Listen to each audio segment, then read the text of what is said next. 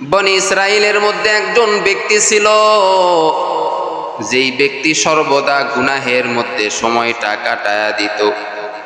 আল্লাহর নবী পয়গম্বর মূসা আলাইহিস সালামকে আল্লাহ তাআলা বনি ইসরাইলের নবী হিসাবে পাঠায়া দিয়েছিলেন। হযরতে মূসা আলাইহিস সালাম বনি ইসরাইলদেরকে বারবার দ্বীনের দাওয়াত দিয়েছেন, এক আল্লাহর ইবাদতের কথা বলেছেন।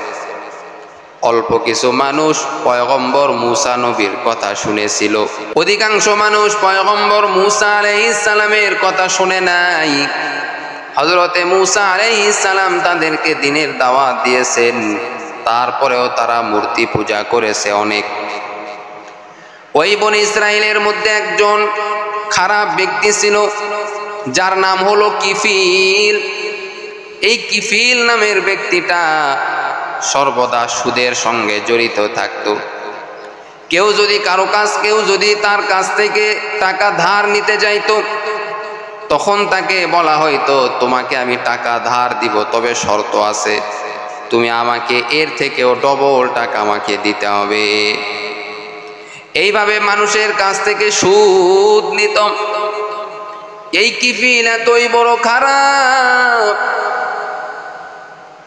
এই কিফিল নামের এই ব্যক্তিটা এতই বড় খারাপ ছিল ওই সময়, সে শুধু মানুষের অন্যায় করত। সে কখনো আল্লাহর ইবাদত করত না।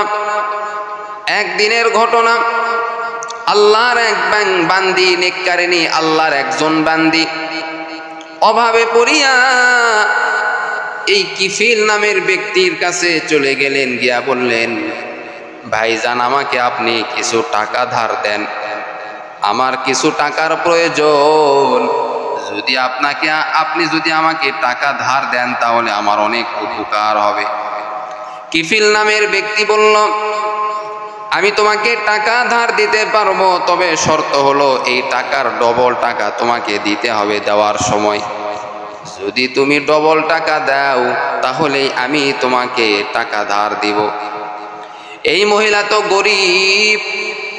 গরিব মহিলা বলতেছেন, ভাইজান আমি তো আপনাকে এর থেকে বেশি টাকা দিতে পারবো না, কারণ এর থেকে বেশি টাকা দিলে তো সুদ হয়ে যাবে, সুদ আমি দিতে পারবো না।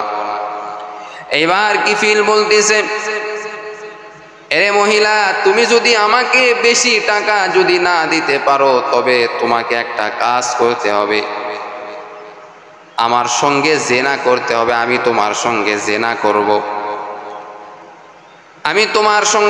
করব,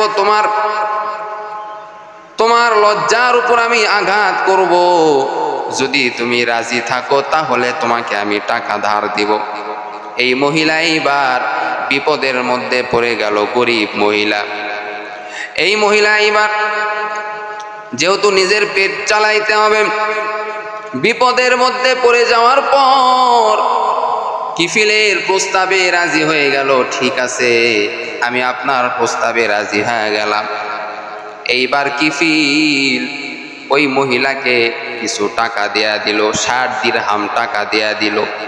টাকা দেওয়ার পরে এবার এই মহিলার সঙ্গে জেনা করবে। এমন সময় মহিলা কান্না শুরু করে দিল,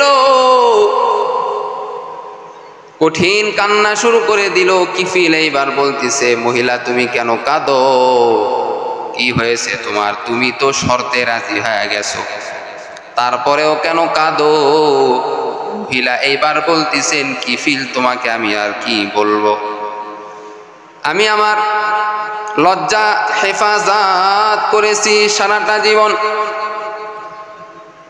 আমি যদি তোমার সঙ্গে জেনায় যদি লিপ্ত হয়ে যাই, কিয়ামতের দিনে আল্লাহর কাছে আমি কি জবাব দিব? ও কিফিল, কিছু টাকার কারণে তুমি আমার লজ্জার উপর আঘাত করবা, আর আমি কিয়ামতের দিন আল্লাহর আদালতে কি জবাব দিব?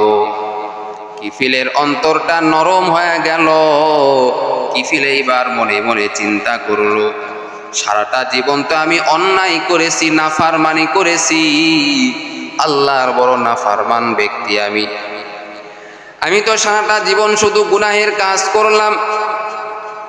আজকে এই মহিলাটা আমার কাছে এসে কিছু টাকা নিতে এসেছে, আমি তার লজ্জার উপর আঘাত করতে চেয়েছি। আজকে থেকে আমি এই মহিলার এখান থেকে আমি তওবা করে নিলাম, আর কোনো দিন মানুষের অন্যায় করব না, আর সুদের উপর টাকা নিব না, আর কোনো দিন আমি সুদ খাইব না। আজকে থেকে আমি 5 ওয়াক্ত নামাজ পড়ব, ভালো হয়ে গেলাম। এই বলিয়া ওই মহিলাটিকে যতগুলি টাকা দিয়েছিল, 60 দিরহাম টাকা দিয়েছিল, সবগুলি ওই মহিলাকে সদকা করে দিল। বলে, তোমার কথা শুনিয়া আমার অন্তরের মধ্যে আল্লাহর ভয় চলে আসছে, আর আমি গুনাহ করব না। এই টাকাগুলি আমি তোমাকে এমনি এমনি দিয়া দিলাম। এরে আল্লাহর বান্দা, ওই রাতে কিফিলের ইন্তেকাল হয়ে গেল। এলাকার মানুষেরা তো এইবার কিফিলকে কেউ পছন্দ করে না, কারণ সে তো মানুষের অন্যায় করেছে, মানুষের থেকে সুদে টাকা নিয়েছে। ওরে বান্দা, এইবার মানুষেরা কেউ তাকে জানাজার নামাজ পড়াইতে চাইতেছে না। আল্লাহ তাআলা জানায়া দিলেন, এরে আমার বান্দা বান্দিরা, যেই বান্দা সারাটা জীবন গুনাহ করেছে, গুনার দ্বারা যার হাত নাপাক হয়ে গেছে, গুনার দ্বারা যার পা নাপাক হয়ে গেছে, ওই বান্দা যেহেতু তওবা করেছে, আমি আল্লাহ ওই বান্দার সব গুনাহ মাফ করে দিয়েছি। এরে বান্দা, যেই কিফিল আল্লাহ তাআলার দরবারে এত বড় খারাপ একজন ব্যক্তি ছিল, তওবার কারণে আল্লাহ তাআলা তাকে ছোট সন্তানের মতো নিষ্পাপ বানায় দিয়েছেন। শুধুমাত্র তওবা, এজন্য বান্দা তওবা করো, খালেস নিয়তে তওবা করো। আর যেই গুনাহ করেছো এই গুনাহ করবা না, এমন ভাবে যদি তওবা যদি তুমি করো, আমার আল্লাহ বান্দা তোমার জীবনের সব গুনাহ খাতা মাফ করে দিবেন। তওবা করো, কারণ তোমার আমার জীবনে অনেক গুনাহ হয়েছে। হাতের গুনাহ করেছি, পায়ের গুনাহ করেছি, চোখের গুনাহ করেছি, অন্তরের গুনাহ করেছি। এই গুনাহগুলি যদি আল্লাহ তাআলা কিয়ামতের দিনে তোমার আমার সামনে যদি উপস্থিত করে, তুমি আমি কখনো পার পাইব না। এজন্য প্রিয় ভাইরা, গুনাহ তো বান্দার হবেই হবে। এজন্য প্রিয় ভাইরা, গুনাহ পরে তওবা করুন, ইস্তেগফার পাঠ করুন, ইনশাআল্লাহ আল্লাহ তাআলা আপনার সকল গুনাহ খাতা মাফ করে দিবে। সুবহানাল্লাহ। আল্লাহ তাআলা আমাদের সকলের গুনাহ খাতা মাফ করে দিক এবং সকলের নামটা জান্নাতীদের খাতায় লিখে দিক। সকলে বলেন আমিন।